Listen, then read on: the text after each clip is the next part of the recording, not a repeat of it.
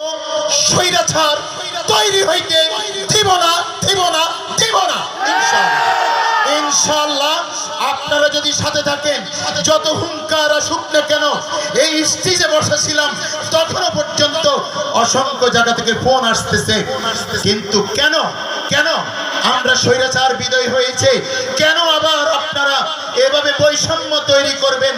আমরা আমাদের জন্মস্থলে আমরা কথা বলবো, কোরআনের কথা বলবো, ইসলামের কথা বলবো, হাদিসের কথা বলবো, উলামায়ে কেরাম এখানে আসবে, হুঙ্কার ছাড়বে, হক কথা বলবে, কি আছে কথা বলবা। আমরা শরীফ উসমান হাজি আমাদেরকে উদ্দীপনা দিয়ে গেছে, আমরা তাদের উত্তরসূরি হয়ে আমাকে বহুত পেতে দিব, কিন্তু কারোর সামনে মাথা নত করবো না। আমি বলে দিচ্ছি, আমি একজন শিক্ষক মানুষ, আমি কোন রাজনৈতিক ব্যক্তি নয়, কিন্তু সেই আয়োজন করছি। আপনি কেন বাধা দিবেন আমাকে? আপনি কেন বলবেন মাহফিল কাদেরকে দাওয়াত দিয়েছেন, তারা কি কথা বলবে? আপনি কেন আমাকে এই কথাগুলি বলবেন? আপনার কেন বলবেন? আপনার থেকে আমি 1 টাকা নিই নাই।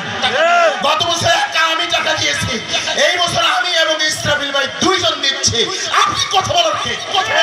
আমি কোরআনের কথা সবার সামনে উপস্থাপন করার জন্য আমার রক্ত থাকতে, আমার জীবন থাকতে, আমি ইনশাআল্লাহ আমি এই মাহফিলের জন্য আমি আপনাদেরকে নিয়ে সামনে এটাকে বাস্তবায়ন করতে চাচ্ছি।